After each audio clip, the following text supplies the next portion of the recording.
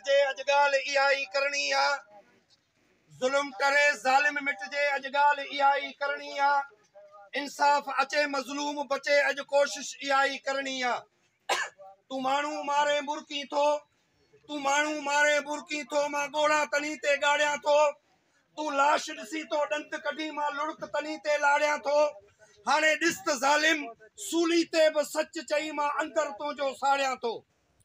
अज़ीज दोस्तो, ही मटियारी ज़िलो जेको असांजे हिन पंजमोरे खां छंडिन मोरी ताईं जी जाग्राफियाई हुदूद है।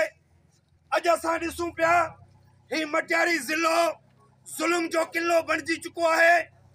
ही मटियारी ज़िलो बर्बादिन जो किलो बणिजी चुको है। आमरीअत जी ॾाढ जो किलो बणिजी चुको है। हर आए ॾींहं ते असांखे को न को लाश खणू पवे पियो। कॾहिं मां कॾहिं हिन कच्चे मां लाश खणू पवे पियो। ॾह ॾींहं फायरिंगूं हलन पियूं, जानवर मरन पिया, माण्हू मरन पिया, तबाही थिए पई। लेकिन असांखे न हिते को नुमाइंदो नजर अचे थो, उते न को पुलिस जो माण्हू नजर अचे थो, न रेंजर्स नजर अचे थी, न इदारन वारा नजर अचन था। अफ़सोस सां चवणो थो पवे कल उन सकरन जे अंदर जलबानिन जो ॻोठ जे अंदर तव्हांखे उते वतन जा दुश्मन नजर आया। तव्हां गोलियुनि जी बरसात मचाए भुञी करे उन्हनि खे छिलनी करे ऐं माण्हू जो कत्लेआम करे उते कई माण्हू मारिया।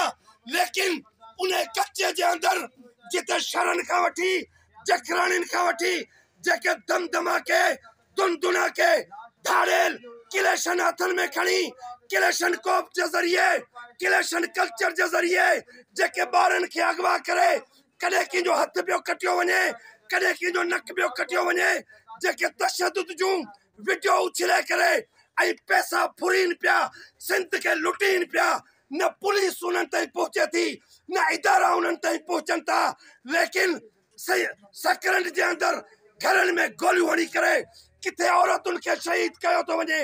ऐं उन खां पोइ जेकॾहिं को गरीब, को मिसकीन, को मज़लूम, को मकहूर माण्हू, को माण्हू उन जो को लाश मिले थो, पुलिस कंहिं बि क़िस्म जो तहरुक वठण जे लाइ तयार कान्हे का। कंहिं बि क़िस्म जी इन्वेस्टिगेशन नथी कई वञे, कंहिं बि क़िस्म जी तस्दीक नथी कई वञे, कंहिं बि क़िस्म जी जांच नथी कई वञे।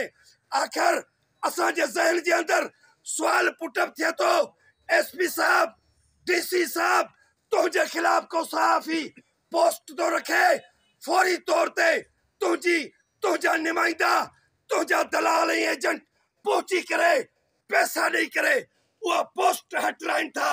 लेकिन हिते वणन में टंगियल लाश मिलन था, पुरतशद्दुद लाश मिलन था, ज़ुल्म सां भरियल लाश मिलन था। तुंहिंजी कन ते जूं नथी सुरे। पोइ ॿुधी छॾियो, ॾिसी छॾियो, बबा के दुल हिन बाज़ार जे सरेआम खैबर जे चौक ते और इंतजामिया में अघूर इन्हनि जो सुतलो अखियूं ॿूटलो। जेकॾहिं तव्हां का जांच नथा कयो, पोइ बबा के दुल ऐं ई सभई तव्हां ते लख लानत कयूं था। जेकॾहिं इंसानियत जो तव्हां वटि क़दुरु कोन्हे, पोइ मुंहिंजी तो ते लानत आहे, लानत आहे, लानत आहे। केरु थींदो आहे SP साहब, DC साहब? हिते सरेआम मंशात हले थी, रात